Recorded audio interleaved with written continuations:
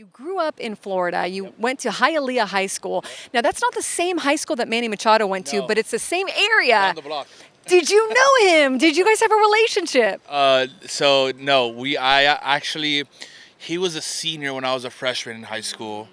But I do remember him. We were playing in the same field, just different times. He was playing ahead of us, and he hits a home run. I'm like, who is that guy? I didn't know who he was at the time. So I'm like, who is that guy? And guys out next to me were like, dude, that's Manny Machado. I'm like, oh shit. Like, I was like, wow, like I can't believe it. And then, fast forward to 2018, we're teammates with the Orioles, so that was pretty cool. And then in the All-Star game, like he was rooting for you, like you're his guy. Yeah, no, we saw each other in center field over there in LA, and he was just screaming, Hialeah, Hialeah, Hialeah.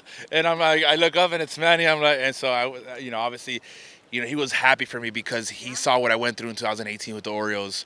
And then to be at the All-Star game with him was I think, obviously an incredible moment for me, but he was happy for me at the time. Just the community, Hialeah, and, a lot of Latin American, Cuban. Like, did you grow up seeing this baseball community around you, guys who train, guys who live there? Yeah, no, definitely.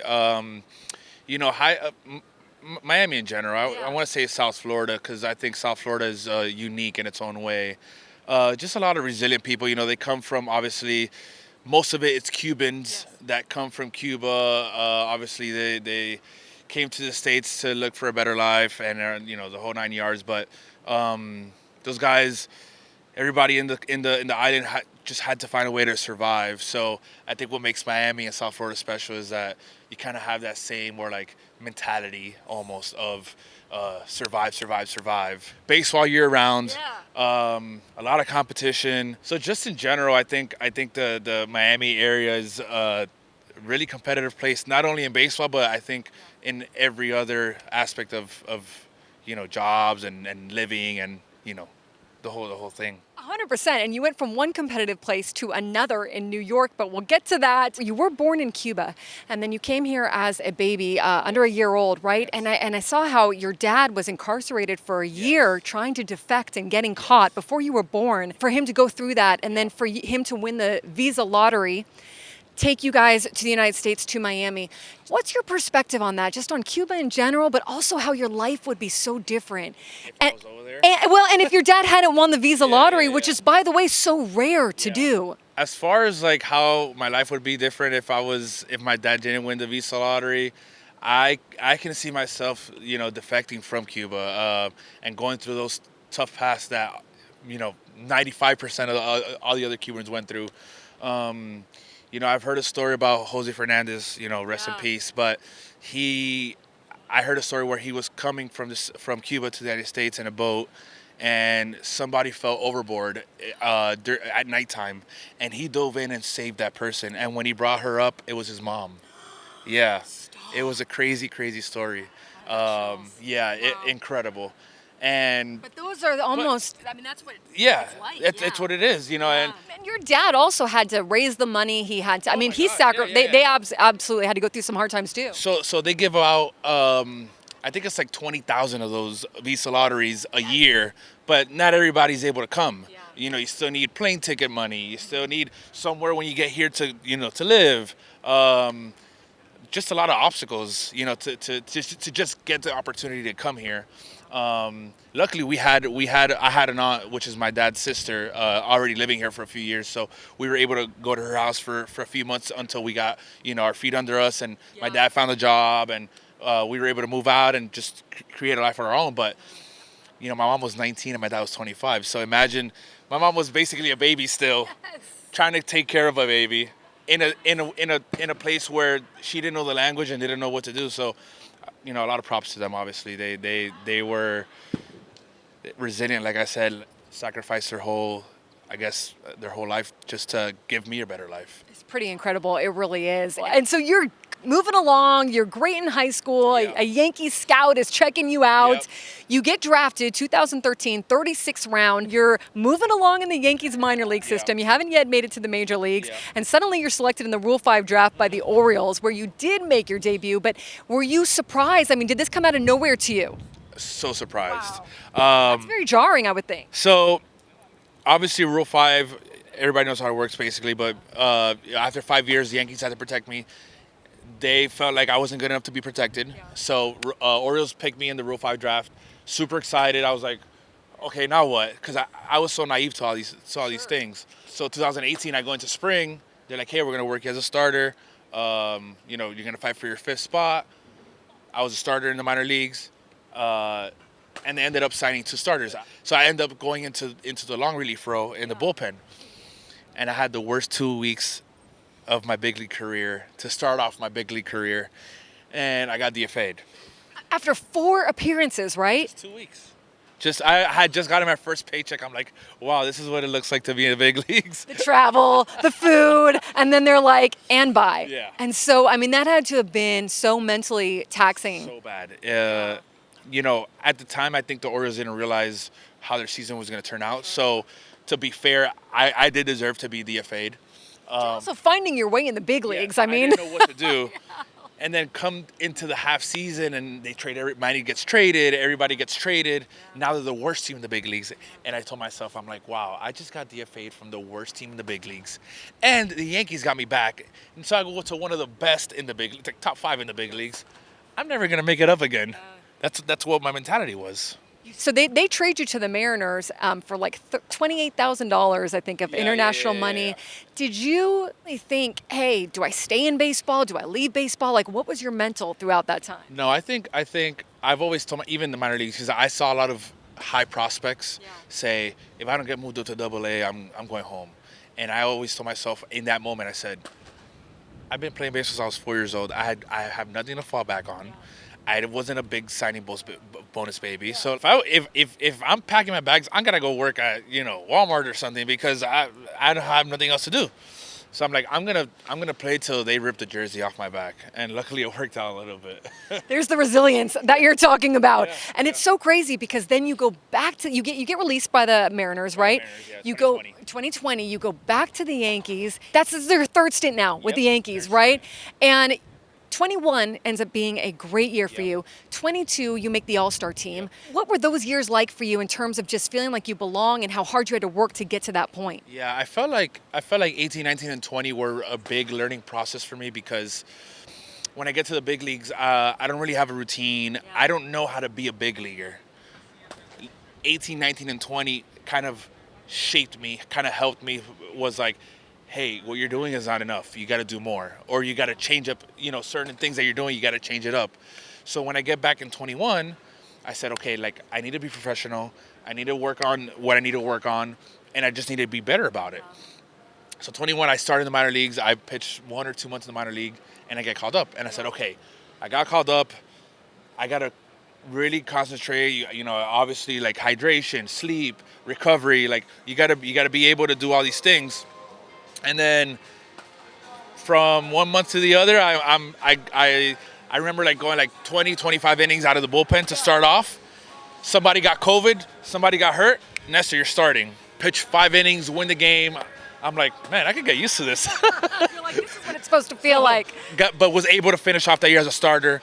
And I remember calling Matt Blake, the pitching coach. I was like, hey, in the offseason, I said, hey, am I in the outside looking in or am I in the inside looking out? Like, what's the deal here? I want to know. Yeah, am I going to be a starter? Am I going to be, because I want to know what I have to train for. So he's like, dude, did you not see the season you just had? You're a starter. Like, come in as a starter. I said, all right, that's good enough for me. But that shows your mentality. Like, you've always had to fight, grind, scrap. So you had to make sure, right? Yeah, I didn't. Even after 22 miles a year, I'm like, okay, I know I just made the All-Star game, but I still feel like I'm not like established. Which is it was good. It was a good mentality to have because you always need to be working and you always need to make yourself better than what you are. The league adjusts. You see it every day. League adjusts to the pitcher adjusts to the hitter, and the guys that don't adjust get moved out of this game. And that kind of mentality helped me. Okay, how do I get better? How do I get better? How can I stay this good? And it's allowed me to be successful. Yeah, it's not just getting there; it's maintaining it, which, as you know, it's the hardest part. People would say like, and it would sound cliche for me. It was like, it's not getting there; it's staying there. I'm like, oh, whatever. Like the hardest part is getting there.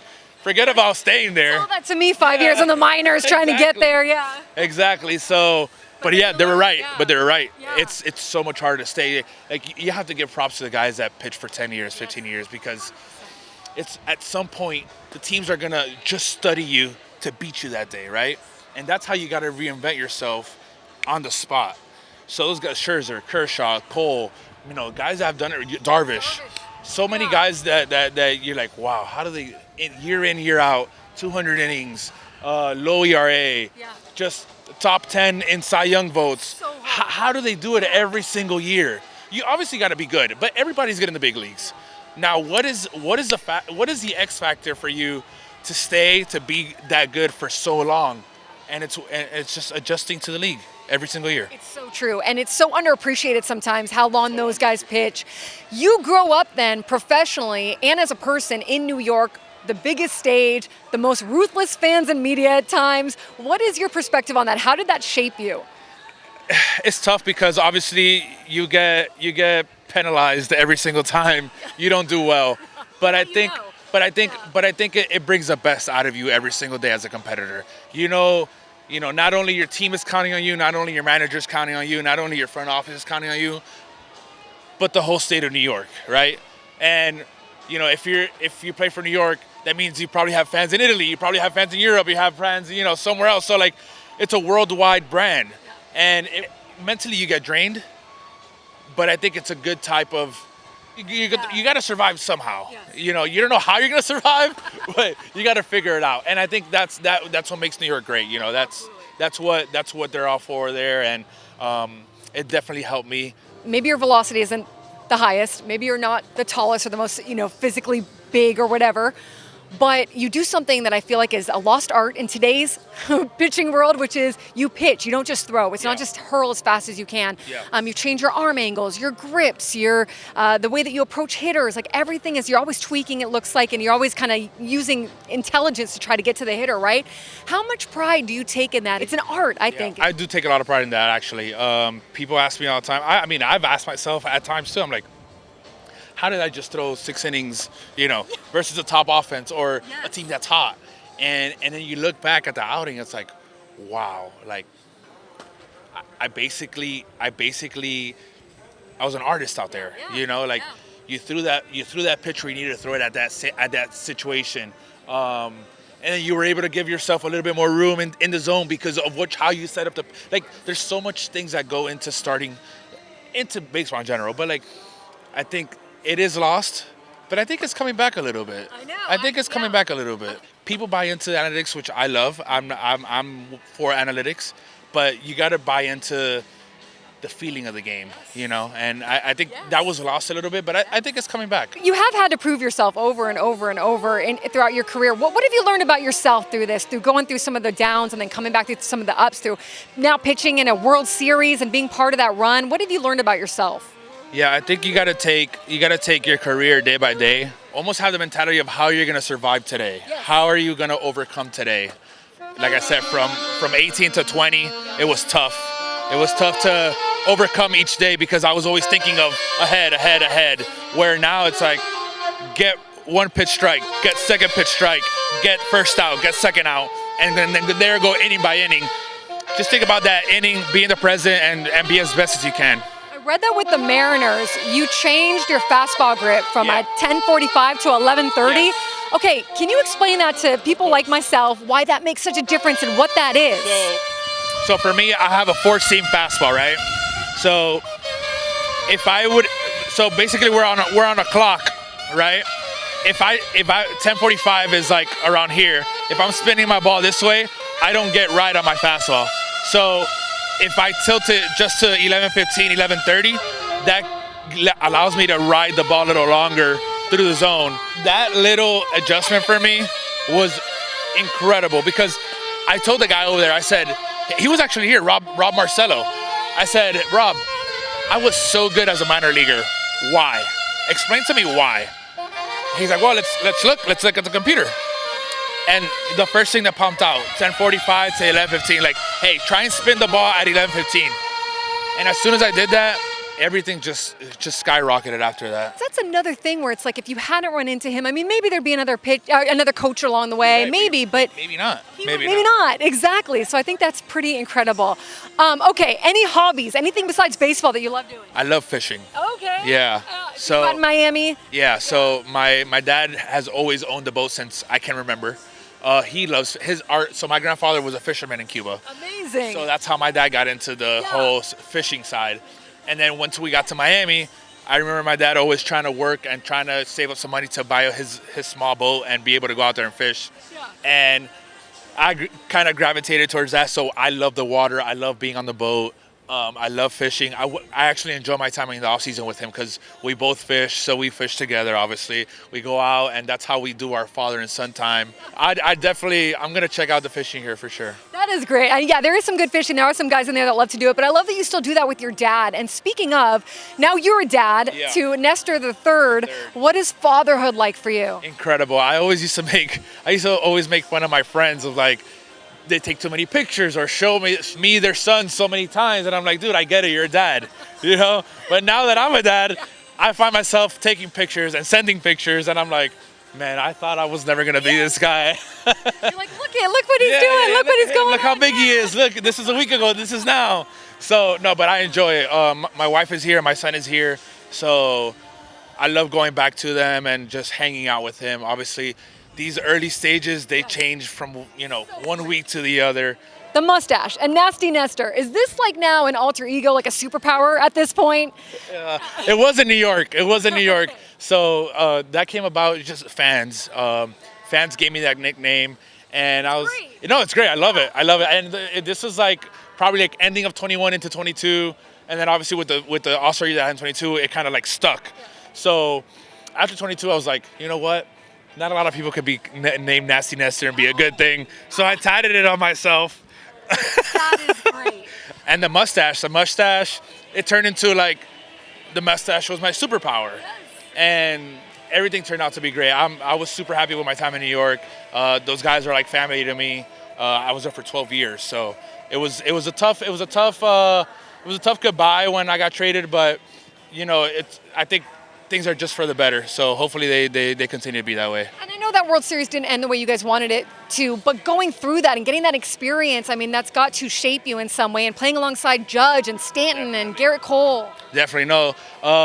Like you said, I think going into the postseason and getting to the World Series, it gives you a different type of personality and a different kind of bond with your teammates. Because now it's like, dude, we've been through it all. We've grinded for 162, and now we have this month where we're thriving to be the best team in the world. And so I think going through that kind of puts perspective into life too, and you create friendships that are forever. And I call up Judge every now and then. He calls me up, and Stanton lives in Miami, so we'll hang out. I'll hang out with Stanton. So those guys, I see Glaber in Detroit. Hey, what's up? And we say hi to each other like we haven't skipped a beat. So I think that's all created in that atmosphere.